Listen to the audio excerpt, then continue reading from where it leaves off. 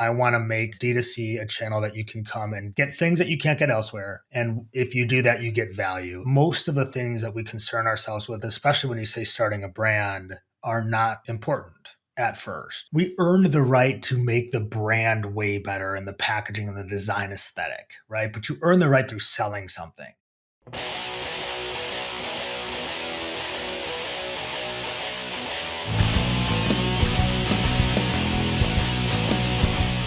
Welcome to another week's episode of the Messenger Mastermind podcast. As always, I'm your host, Jeremy Horowitz, and today I'm joined by another incredible guest, someone who's going to have a very different opinion and very different perspective from what we share a lot on the show, which I'm always really excited to get into, and it's going to be a lot of value. So without further ado, allow me to introduce Ryan Rouse, the CDO at HighKey. Ryan, how's it going? Good, man. Excited to be here. Thanks for having me. Yeah, I'm really excited to dive in. I feel like we always go back and forth on LinkedIn, and it's always a really interesting conversation. It's a lot of times where I might not always disagree, but I always leave the conversation having a way better perspective than I did before. So I really want to dive in today. But before we do that, I've got to ask, how'd you get into this crazy game of e-com? Yeah, by mistake. I spent about 12 years in finance and more traditional sales roles in finance. And I actually worked at Merrill Lynch through the financial crisis, which is a whole nother story for another day. But like at the epicenter of the financial crisis, maybe the stepchild of the financial crisis during the time that it went down. So that was a way interesting experience.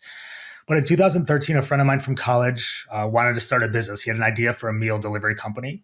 And he wanted to start it. And he asked me to come on as sort of a co-founder in that type of role. And we used a lot of our own money to fund the business in the early years, which was not an incredibly smart idea. But what it did do was allow me to learn all the elements of online marketing. So we were very bootstrapped, and things were going very poorly. I got to push all the buttons inside of kind of direct marketing, if you would call it. You know, had a heavy hand in social. I ran our own ads. I set up our email automations, just all the things that sort of we believe are the fundamentals of e-commerce marketing or direct to consumer marketing. I had done myself out of necessity because, for one, we had hired a bunch of agencies and I didn't know if they were doing a good job or not because I didn't know anything about it. Right, that classic story that we all know, and then secondly, just to save cash flow. So I got to touch all these, and specifically around advertising. You know, when you're advertising with your own money, you have a very different lens. I would say when you're setting all of those things up, you have a very different lens. And there's good to that, there's bad to that. But that's how I got into it. So we could only sell online. We could only go direct to consumer. We didn't even have third-party marketplaces like Amazon. They were not an option because this is food that we were cooking and then shipping.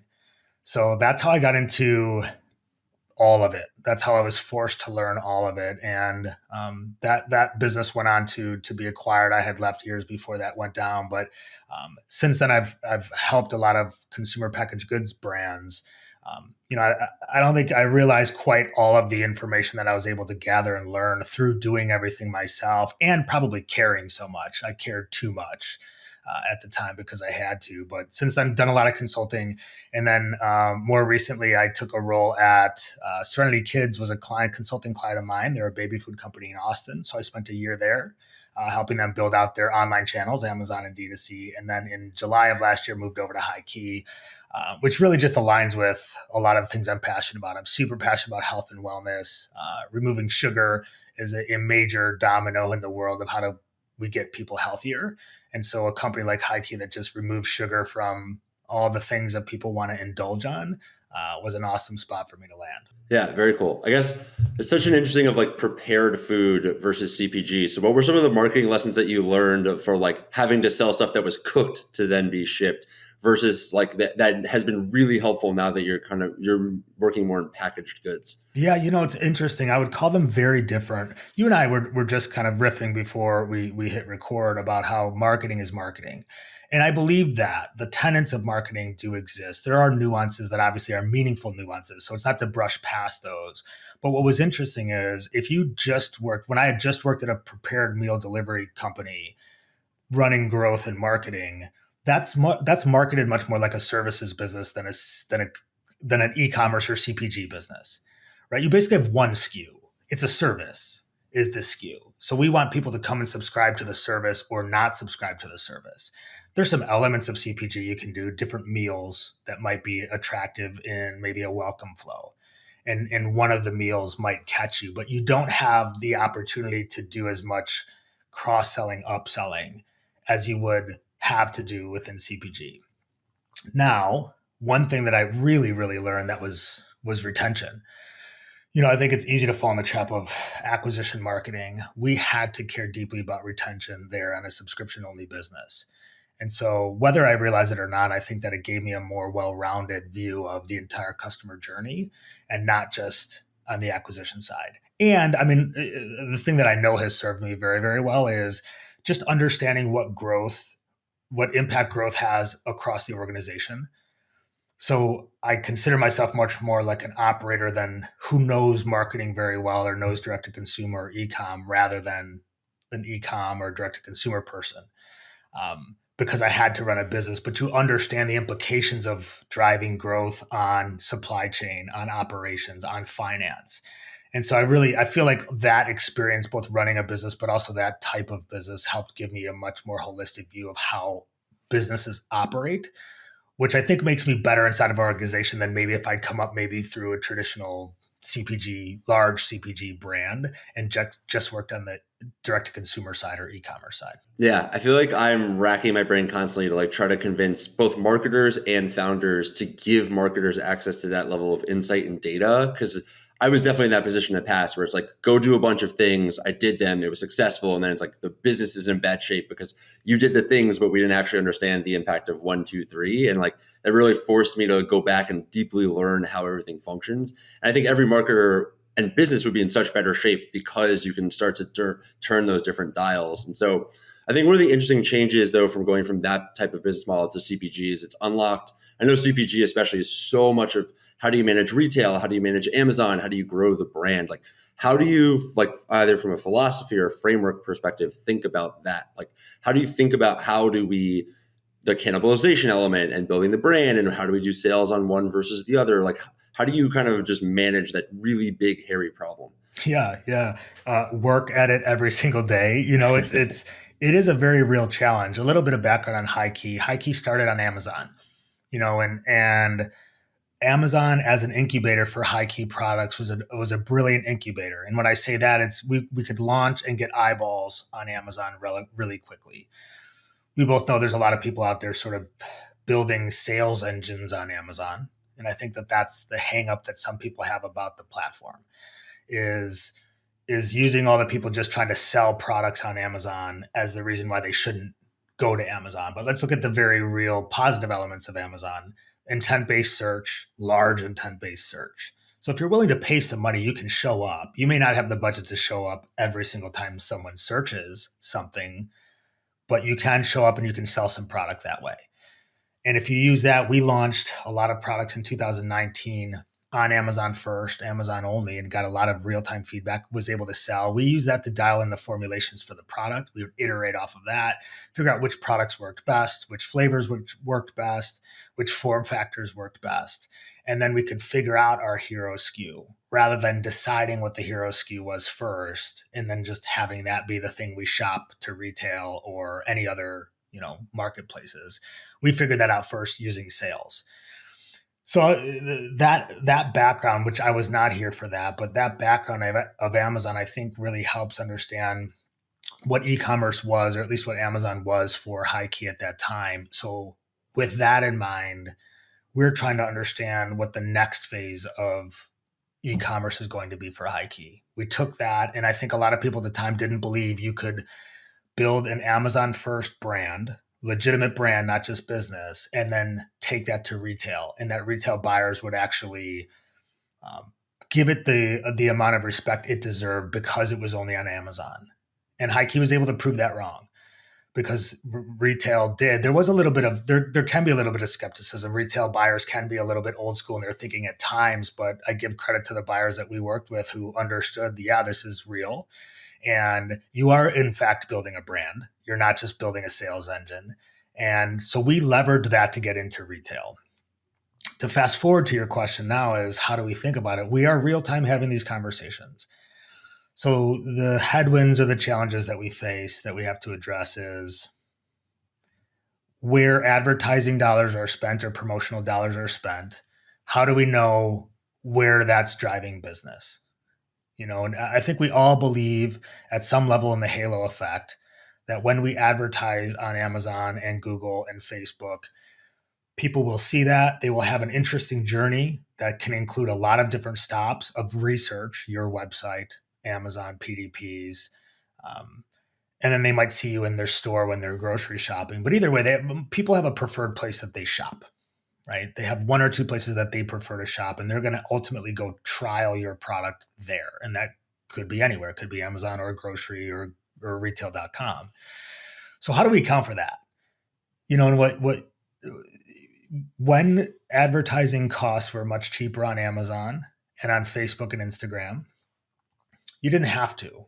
Direct return on ad spend was real and you could get it. And I don't think it mattered how to account for the halo effect. But that's not the case anymore. Advertising is not getting cheaper. It's getting more expensive in general, but then also per brand, obviously, as you scale, it gets more expensive. CPAs go up, right? Because you're no longer going after your lowest hanging fruit. So that's what we're dealing with, is how do we account for that now? Knowing that it's real, we all believe in it, but how can you manage a P&L?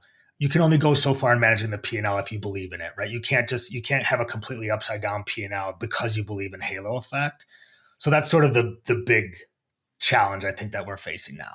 Yeah. So there's a couple of really interesting things I want to pull apart there and have a greater discussion around. Is first, it kind of sounds like the original concept was sales as a research tool, like throw a product up on Amazon and instead of doing surveys or feedbacks, which I'm sure probably interviews happened as well, but really like, let's put this out in the market, test it, get live feedback. Like it's interesting. Elizabeth from Baloo Living had a very similar approach when she launched that brand as well. Like, let's just throw stuff up, see what really sells well. I guess like, what I'm always concerned by of doing that, especially at launch of a product, is there's so many people scouring the Amazon sales data to create Me Too and copycat products that like, how do you think about that now if you all were launching a new variant, a new SKU of thinking of like, do we actually want to tip this off that it's going to be successful versus it's great sales data, we know it's going to work and it's a revenue driver for us? I think there's two. It's an interesting point. That is one thing that's making us or naturally we're going to evolve how we think about the channel because of what you just brought up. And secondarily, there was no risk to us launching a product, an MVP version of a product, when no one knew who High-Key was, right? So you could launch a product that maybe was a miss. It was a single. It was a double. It wasn't a home run. It wasn't where we needed it to be. And if you have a large subset of customers who look forward to everything that you launch, that changes how big a miss you could have. Right? Yeah, viability really goes up a lot. Yeah, that's exactly right. Because you could lose customers because of that. Like, oh, hey, you're not launching good products anymore, when it's just really one out of however many that you launch. So the point that you're making is a very real one too, right? But both of those really do change the way that you think about it. So now I think on a go-forward basis, we're probably going to be much more traditional. And that started really last year, much more traditional in that I don't concern myself with Me Too products on Amazon because we are now widely distributed in retail, which obviously is a huge barrier to entry. And we have mature channels on Amazon and D2C. So during a time when Amazon was a larger portion of the overall revenue pie, that's more of a risk than it is now when we can bring that into retail. We know that if we can prove it online, we can bring it to retail. We have great retail relationships, and all of a sudden that would allow us to get ahead of any competition that might come with a similar product. So that's less of a concern, but more as I just think, us viewing it as an incubator, we've shifted that thinking to what's probably a little bit more traditional in that less product innovation. Because we want it to be ready for prime time, a product that we launch ready for prime time, because we do now thankfully have this a lot more brand awareness than we used to have, and a lot more people trying us who do like our products, and we don't want to turn anyone away from a brand product experience. Interesting. Okay. So basically the brand hit escape velocity where people will probably try to encroach, but the brand's just too big. So then how does the D2C play in all of that? Because it sounds like most of the focus is on retail and Amazon. Like, where does new product introduction, and probably this branches back into the other point I want to talk about, like the marketing mix, like how does that fit in? Is it more of just like I'm going to oversimplify this, but like a research tool, or is it really just a third leg of the stool that's a major sales channel? I think that is changing too. So I've only been here 7 months, And the people that came before me probably had a little bit different view on this. And so when I stepped in, it's my first time stepping into a business that had where D2C wasn't a huge focus early. And it is challenging. If you're already widely available in retail and have a large Amazon presence, and those are the places that people would rather shop if given the choice, D2C is a little challenging. So it's been fun. It's been, you pull your hair out a little bit also. But how I've now viewed our D2C channel is I want to make D2C a channel that you can come and get value, get things that you can't get elsewhere. And if you do that, you get value. And so more specifically, what that means is obviously we have a lot of SKUs that are not available in retail. And we don't have huge bundles on Amazon because Amazon's really a trial channel. So the shift for since I've been here is a lot more bundling. Putting product sets together, not putting pressure on operations to kit those, just have virtual SKUs where we're putting a whole bunch of things together and increasing AOV. I'm going to make the assumption that you have tried us elsewhere before you come to our D2C site, before you buy. So rather than trying to get a lower AOV, less friction to buy, I'm just going to assume you have done that already. You've tried it. You want to sort of lean in on our brand. And if that, now what can I offer you? And if you can get a lower cost per ounce on our D2C site, if you buy in bulk, then the example I always use is I'm building our D2C as what Costco is to retail. D2C will be to e-com, right? Which is people come to Amazon to trial. I will assume if people prefer to buy online, they will trial on Amazon over our site. They will try it. Maybe they try in grocery. Then there are people like myself who like D2C sites. They like shopping there and they want to figure out what you have to offer them from a subscription or a loyalty or a community element. And there has to be a value proposition there. You can't sell the exact same things and expect people to come buy from you. Some will, but the large majority won't. Yeah. Yeah, that's so interesting. And then the economics of D2C now makes sense because you have the higher AOVs, the better margins to offset the higher marketing costs. So yeah, so we spent so much time in the brand I used to work at Lumi of we would launch products exclusively through D2C. What popped, we would then take that data, push it into Amazon and push it into retail. And then it would just be the cycle of get as many people to D2C. It's interesting because our model was reversed. It was get people to get the new stuff at D2C and then buy I guess actually, no, it probably wasn't. I'm probably just thinking about it wrong. It probably was trial over other places, get the exclusive new stuff. So that's a really interesting model there. So then I guess, how do you think about marketing? Like, how do you think about the acquisition stack, the retention funnel? Like, it seems like it's so complicated where you don't have customer data in those two external channels where everybody's trialing your product. So how do you build that kind of just funnel up to get those loyalists and the people who spend a lot of money with the brand to actually come to the site? Yeah, what I'm trying to really implement, you know as well as I do, if you can start really simple, a little bit easier to take action on it. So take this concept of MER that a lot of us have really gravitated towards because it's a simpler first level metric, right? Just gross revenue over advertising spend. People have different definitions for it. Do you include retainer fees? But let's just say gross revenue over advertising and promotional spend. And D2C has moved in that direction because attribution's hard. That happened before iOS. It's challenging. It shouldn't be the only metric that matters, but it should be at least a North Star metric that removes all of the attribution data, right? It's the media buyer's job, I think, they can't use that because they have to understand which audiences work, which creative works, but the brand can. So how do we take this concept of MER to the company level on an omni-channel brand? So that was sort of my starting point was let's take total revenue of the brand over total promotional and advertising dollars spent by the brand, either online or in retail.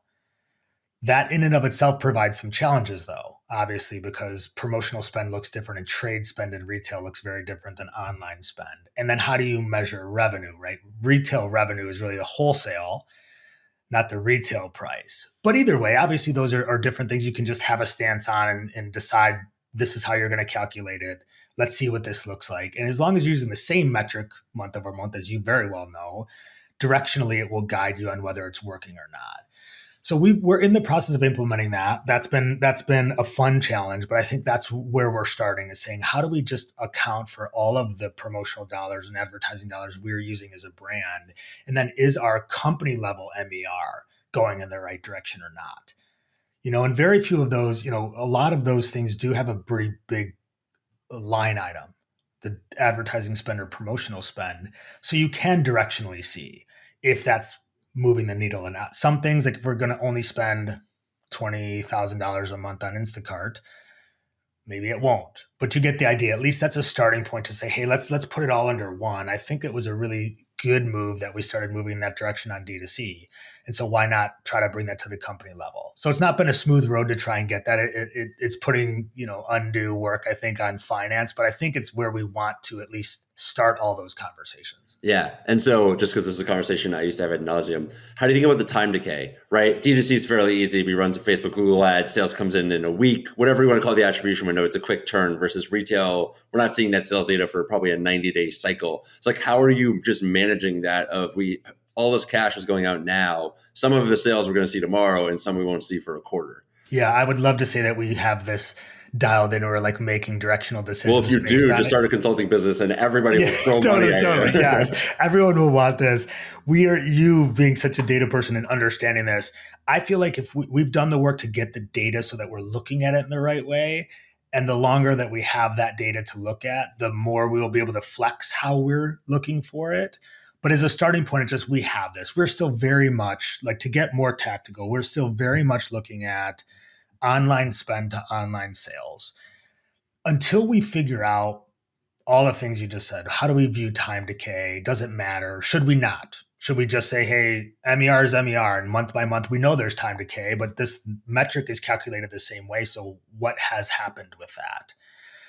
Until we figure the answers to those questions out, what we have really made the call to is how we're going to account for halo effect of online advertising to all sales of the company is we are going to loosen up our CAC goals, our customer acquisition cost goals, right? So for D2C, if we would otherwise have let's say a $50 CAC, we're not profitable on a customer if we as profitable as we want to be on a customer over time if we pay more than $50, using an example.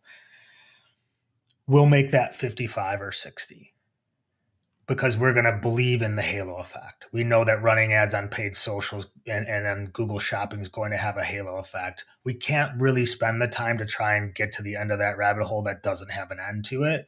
So what we will say is we're going to set that CAC goal at a point that doesn't turn the P&L completely upside down so that it's just a bleeding channel for us. But we will elevate it. We're willing to give up a little bit of profitability on that channel in order to have faith in a halo effect that we believe exists. Okay. So the $5 to $10 buffer is essentially a value you're going to associate to the halo effect, even though listen, I don't run marketing at Target or Walmart or Amazon, so I don't know, but I assume nobody's really figured this out yet because I assume that would be the hottest SaaS business in the whole world. So it's really interesting. So I guess if that's the case, how do you determine who which child's your favorite and who gets the budget, right? Because it's so hard to say where that bigger impact is really coming from. Yeah, I still think we then have to get down, just like MER was a great North Star metric for D2C, but you still had to decide how you're going to measure paid social.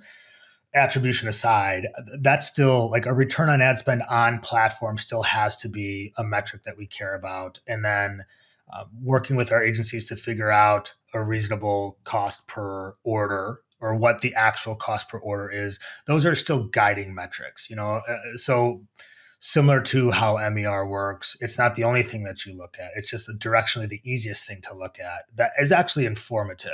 But when you go into the sub metrics, you still have to have those. So we still do have goals on a percentage of revenue maximum percentage of revenue we're willing to spend per channel, a return we're willing to get, the lowest possible return we're willing to get on the channel.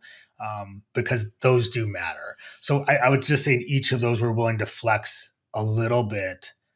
Again, not to turn the P&L upside down. We're willing to flex them a little bit to have faith in the halo. And this could change in 6 months, right? Because I think our CEO, he's a marketer by trade, which I love. It's really nice to work with someone who values marketing, knows marketing. We can collaborate.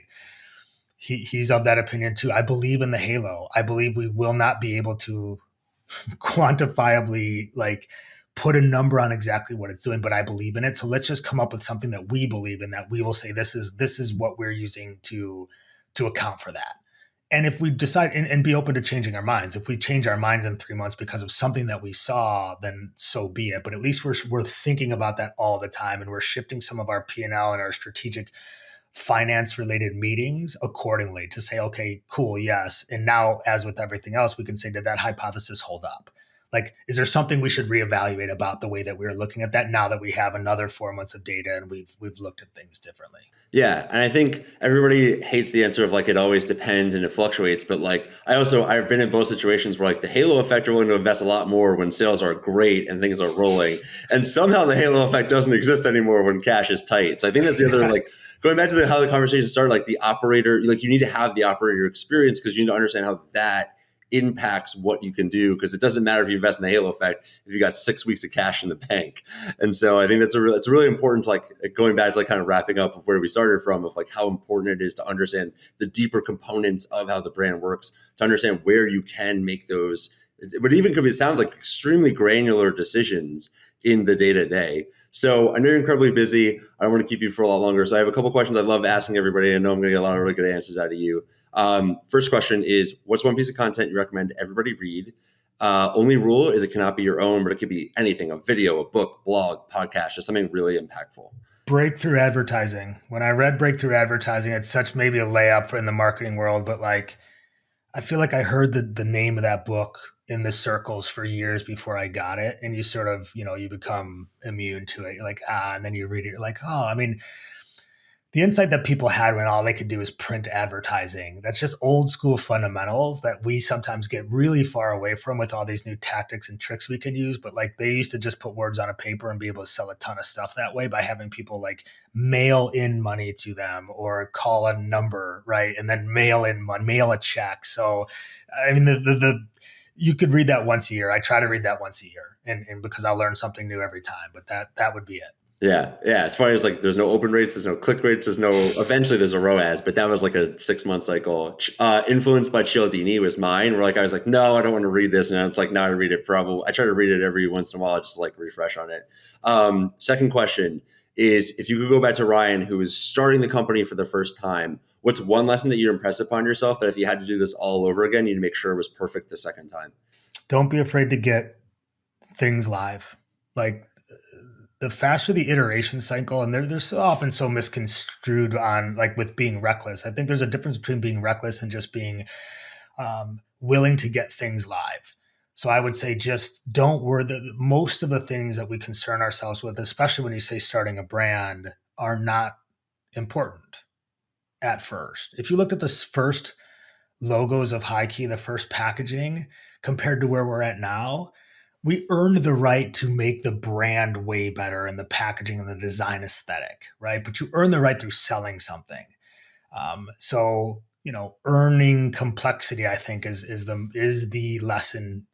How are you going to earn the opportunity to get more complex? So how do I get most simple thing, get it out, get some feedback on it? A lot of what High Key's done, it's not my business, but a lot of what High Key's done, I love took that into consideration. Get products out, get them in front of people. We'll pay to get them in front of people, have them try it, see what they think about it, and then improve things from there.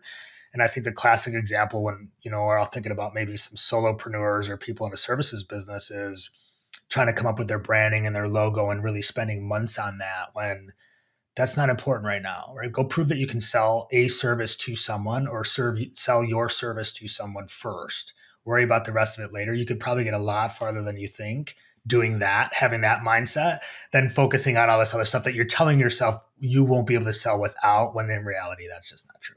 Yeah. You just saved everybody $15 now. They don't really need to go read the Lean Startup. If you were sitting in my seat, if you were interviewing Ryan, what's one thing that we should have talked about today? Like, what's one thing that I missed? Ooh, that's a great question. Team. I think with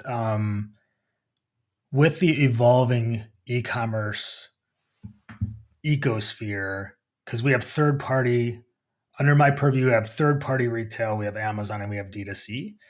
And the challenge that we are really facing head on in a great way and a fun one is, how do you build an organization, an e-commerce organization, where a lot of those fundamentals are the same? And then there's a lot of nuances per channel that are different. And how do we make sure that we are using the right size organization, the right people? And are we legitimately asking ourselves, if this person who does that on Amazon, why couldn't they do it on D2C? So I would ask about team. Very cool. Okay. Yeah, I feel like that so specifically, like who you need to hire, how you need to hire them is probably another like 45-minute conversation. Last question for you today. If anybody wants to learn more about yourself or High Key, where should they go? Yeah, so High Key, easy. Go to high-key.com or search High Key on Amazon. Also available in all major retailers. And myself, LinkedIn. I have one social platform that I'm dedicated to, and it's on LinkedIn. I think there's a number of Ryan Rouses, but find Ryan Rouse. So search Ryan Rouse Consumer Goods. I bet I'll show up. Yeah, and how does everybody spell Rouse? Rouse is Rouse. Awesome. Well, we really appreciate the time, Ryan. Thank you. Thanks, man. I had a blast. Thanks for listening to another week's episode of the Messenger Mastermind podcast. If you enjoyed today's episode, please share it with another e-commerce marketer. And always let us know what you think down in the comments below. Also, don't forget to subscribe. If you're looking for cutting edge tactics and the resources that we rely on to run our businesses, sign up for our newsletter. We'll include a link down below. As always, stay confident, connect with your customers, and keep crushing it.